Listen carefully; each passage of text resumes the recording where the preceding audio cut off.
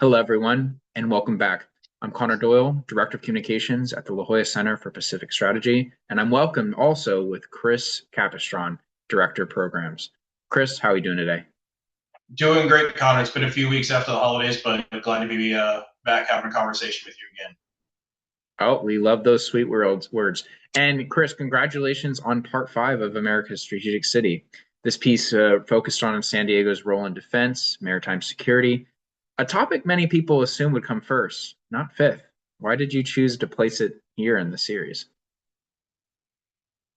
Yeah, that's a really good question and one that I answer in the piece. And it's very obvious to anybody that's from San Diego, been stationed in San Diego in the military, come to visit, lives here, that the military presence here is just overwhelming. And I really wanted to focus on setting the stage of the geography of San Diego first, and then focusing on the other aspects and the other sectors of San Diego that make it America's strategic city.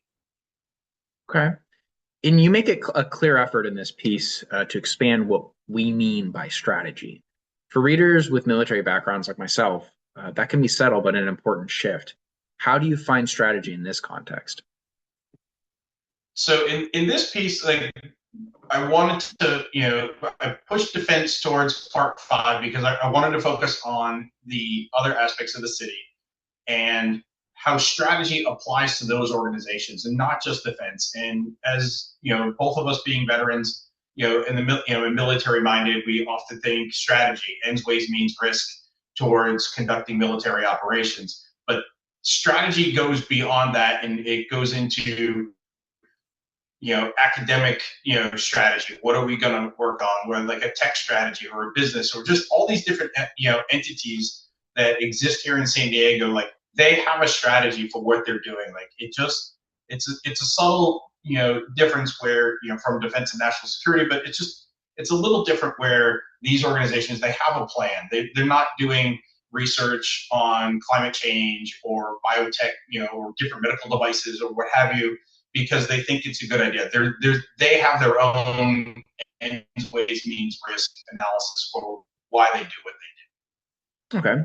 So, really, the argument of your take, and not to take away too much from it, is that while San Diego is not anchored in defense, not entirety of the system, it's still part of the fabric that really becomes part of this ecosystem down here in San Diego. they do. Absolutely. The defense ecosystem here in San Diego, it starts with like the geography of where San Diego is. Mhm. Um, from Imperial Beach all the way up to Camp Pendleton, there is an absolutely massive naval and Marine Corps presence here, but also littered, up and down the five is all these different traditional defense contractor companies, smaller startup companies, new defense companies are investing in San Diego because it gets them the proximity that they need so that they can meet with the military decision makers at NAVSEA or NAVWAR,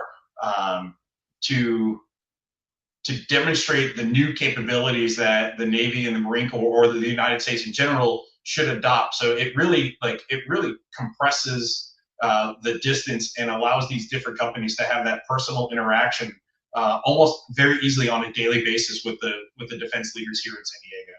Yeah, and as you mentioned, there's a plethora here with Third Fleet, Compact Third Fleet here in Point Loma, um, plenty of third party contract vendors here as well. Chris, one of the strongest ideas in the article, and in my opinion, is that San Diego compresses the cycle between experimentation, deployment, and feedback. Can you unpack that for our listeners?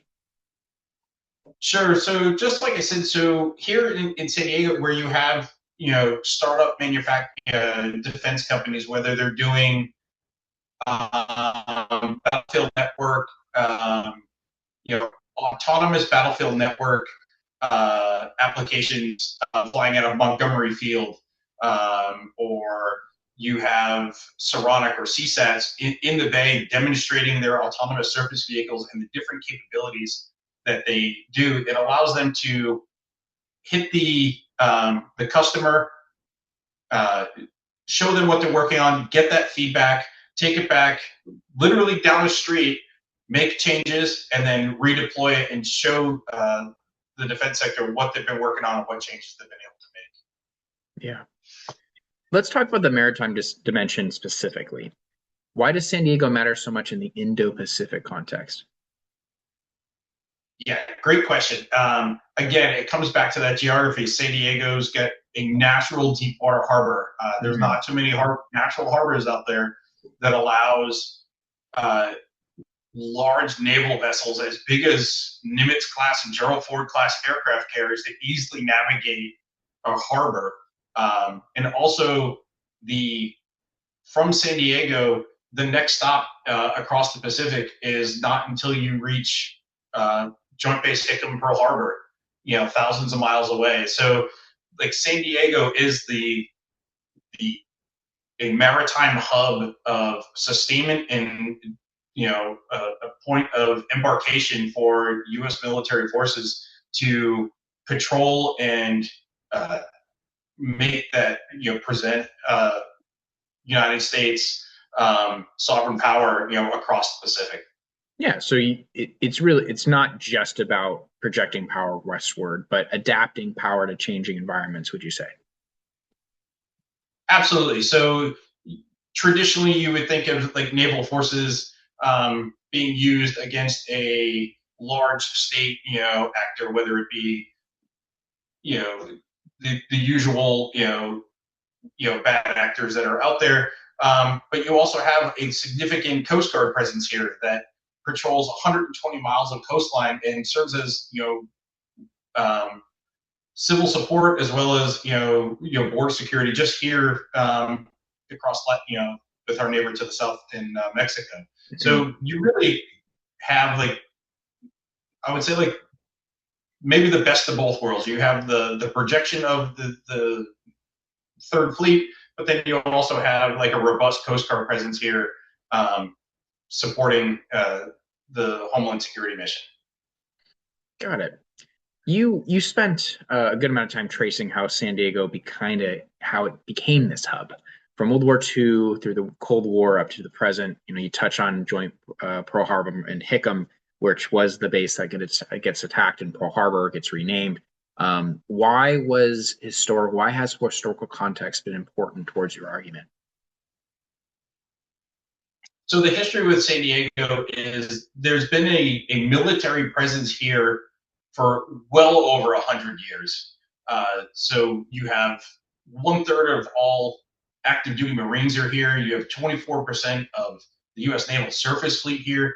And it's not by accident. And the San Diego is the birthplace of naval aviation, and the history of it being here is where the military, generates ideas, and it becomes, it has a gravity to it where it attracts talent from, academia, whether it be UCSD or SDSU or any one of the other academic institutions here in the city. But it's just it's a magnet for talent and innovation that either comes from the defense or people bring ideas to the defense sector.